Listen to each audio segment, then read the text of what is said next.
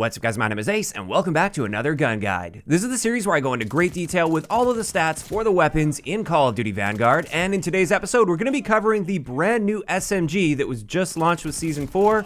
This is the Marco 5. And diving right in, let's have a look at our damage profile, and with this, with torso shots, it's going to be a 3, 4, or 5 shot kill depending on the ranges. And it is worth noting, in order to maintain a 3 or 4 shot kill respectively, you're going to have to hit at least 2 of your shots to the torso. You can't hit too many limb shots, otherwise it'll take an additional shot to kill. As for headshots, it turns out with this gun, headshots are just not very useful at all, and therefore, unless you're going for camo challenges, I wouldn't recommend aiming for the head. As for a rate of fire, this is literally identical to the Sten at 666.7 rounds per minute. And what this means for our time to kill potential is in the 3-shot kill range, it's 180 milliseconds, which is very, very fast. Then it drops off to a 270 millisecond time to kill in the 4-shot kill range. And then finally, in the 5-shot kill range, it's 360 milliseconds. As for our bullet velocity, this is just standard for SMGs at 353 meters per second, so no surprises there. And now let's get into our ranges. And unfortunately, this is where the gun really falls apart. Initially, when I was just skimming through the stats, I kind of jumped the gun and said this is definitely better than the Sten. Turns out that's not really the case due to the range values here.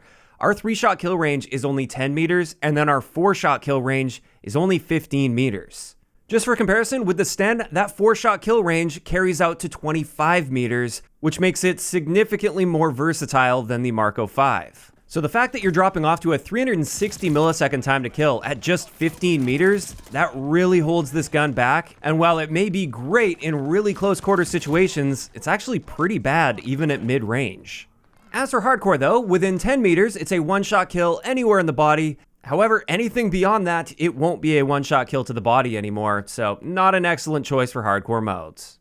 Then getting into hipfire, we actually have a pretty solid hipfire spread. It's basically exactly the same as the M1928 Thompson. And then we can have a look at our idle sway, which as you can see here, there's actually not much sway for an SMG, although it doesn't really matter all that much since this is designed for very close quarter situations.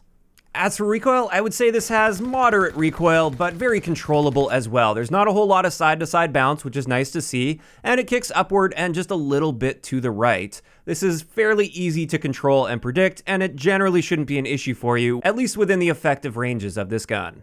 After that, let's move on to our handling stats, and our aim down sight time is great at 190 milliseconds. That's very, very fast.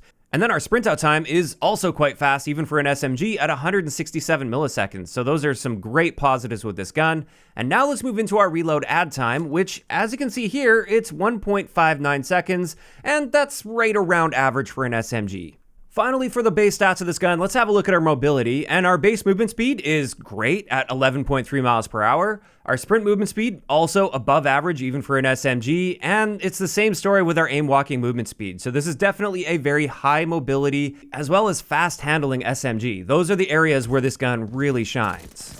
And with that, we can now start looking at some of the unique attachments on this gun, and we're going to start it off with the barrel attachments and their recoil. First up with the burst barrel, obviously this significantly reduces recoil since it turns into a 3-round burst. Then the second one does increase our recoil. The third one decreases recoil nicely. I actually really like that third barrel, the 342 millimeter. And then you can also see with the 4th and 5th barrel, these will also be increasing our recoil. Then taking a look at our ranges, it's actually quite interesting. None of the barrels have an impact on our ranges at all. However, you'll see 2 of them, the burst barrel as well as the 5th barrel.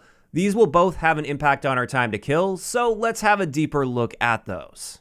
When it comes to the burst barrel, we get an increased rate of fire within the burst, up to 800 rounds per minute, but we have a burst delay of 225 milliseconds. What this means for our time to kill potential is in the 3-shot kill range, we now kill in 150 milliseconds, which is very, very fast. It's even faster than the base time to kill of this gun. However, anything that isn't a 1-burst kill is going to be killing extremely slowly. And since we only get a 10-meter 3-shot kill range with this, I would say that this barrel is an absolutely terrible choice for this gun, and I simply can't recommend using it at all. As for the only other barrel that has an impact on our time to kill, this is the 5th barrel, and with this, it increases our fire rate up to 740 rounds per minute. And what that does for our time to kill potential is it just improves it across the board since we have the same damage and range values.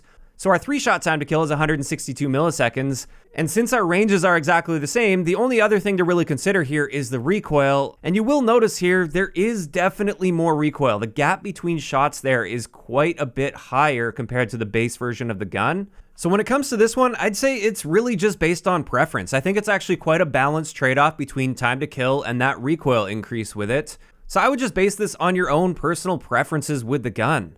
If you don't mind that extra recoil and want a slightly faster time to kill, then go for it. If not, then you're still going to be just fine in the time to kill department right up close and personal with the base version of the gun. And that right there is going to wrap it up for the barrel attachments. There's nothing that really stands out in that area, to me at least. Now let's move on to magazines and the different calibers we can use, and once again we'll have a look at recoil to start this off. As we can see here, with the 8mm Nambu rounds, you actually get a fairly noticeable improvement to your recoil. Whereas with the 8mm Kurtz, you can see the total magnitude is increased. However, there's still basically no side-to-side bounce there, so I would say it's roughly as controllable with 8mm Kurtz compared to the base 9mm. Then when we have a look at our ranges, with 8mm Nambu, our 3-shot kill range is now cut down to just 7 meters. And this gun really can't afford to lose much range, so that is a big point against using 8mm Nambu with this. Whereas with 8mm Kurtz, you can see our ranges are increased by a noticeable amount. That's a 50% increase, which is quite helpful. But let's dive a little bit deeper into these different calibers to see if they really are worth using. When it comes to the 8mm Nambu rounds, our rate of fire is 740 rounds per minute, just like that 5th barrel attachment that you can use. And therefore, we get the same time to kill values, 162 milliseconds for our 3-shot kill range, and then it'll drop down to 324 milliseconds once you get down to the 5-shot kill range. And like we saw earlier, it also helps a bit with our recoil control, so I would say this is not necessarily a bad choice, but you're definitely going to want to keep yourself right up close and personal because you only get a 7-meter 3-shot kill range. In my opinion, this particular caliber is best suited to when you're using this gun Akimbo, which we'll talk about in a little bit. But before we do that, let's move on to our 8mm Kurtz rounds, and with this we have a 30-round magazine. And it's worth noting, even though our damage values have been boosted with this, it's still going to be a 3, 4, or 5-shot kill. However, the big difference here with that increase to damage is we can shoot them anywhere in the body now. It doesn't matter if you shoot them in the foot or the chest, it's always going to take you the same number of shots to kill within that given range. Now, it is worth noting with this though, our rate of fire is decreased by a very noticeable amount, and this does increase our time to kill up to 216 milliseconds for our 3-shot kill range. And 216 milliseconds, it's not like that's completely uncompetitive, it's just noticeably slower than the base version of the gun. But when we also factor in that pretty great range increase that we get, I would say this one is just up to you, and I wouldn't call this a bad choice simply because you are increasing the versatility of the gun while sacrificing its close range dominance. So there we go, that's going to wrap it up for the barrels as well as the magazines, and it is quite interesting that when it comes to both of these attachment slots, they don't have a really significant impact on the gun like you tend to see with a lot of other guns in the game. I wouldn't say there's any of these attachments that are absolute must-haves in order to make the gun viable, and that's actually kind of refreshing to see. You don't really need these attachments in order for the gun to compete. Now finally, I did also want to mention something that's very unique to this SMG is the fact that you can use the Akimbo proficiency, which allows you to hold one of these guns in each of your hands, although then you can't aim down sights. And that just opens up a totally different playstyle that I find to be really fun and enjoyable, and it has the potential to effectively cut your time to kill in half, assuming you can hit all of your shots, which is going to be down to luck to some degree. And with that segues very nicely into my recommended attachment combinations, because the first one I'm going to share for you guys is using that Akimbo proficiency. So with this, we've also got the M1929 silencer, basically any attachment that's going to be helping us with our hipfire spread when it comes to barrel, stock, as well as rear grip. Our magazine is going to be the 8mm Nambu 60-round drum mags, partially because we just want to be able to spray and pray like crazy without having to stop and reload all the time. Also, this increases our fire rate, which you generally would want when you're hip firing, because you generally just want to be putting rounds down range as quickly as possible. And it's also worth noting we're using hollow point here. This is just so we get some extra consistency, so if you are within the 3-shot kill range, it's always going to be a 3-shot kill. Now the best part about this is our time to kill potential in the 3-shot kill range, assuming every single bullet is hitting. This is actually 81 milliseconds, which may as well be a one-shot kill in Call of Duty terms. That is insanely fast. And while this absolutely isn't the most versatile way to run this gun, you're really limiting yourself to essentially shotgun ranges. I find it to be a lot of fun to use Akimbo SMGs, and I definitely recommend giving this a shot. Now, one little note, of course, is the optic. I'm just sort of messing around there. I put the big night vision optic on there just because you can't aim down sight anyway, and it looks ridiculous. But if you are taking the game as serious as possible, maybe don't run that because it might block just a little bit of your vision as you're moving around the map.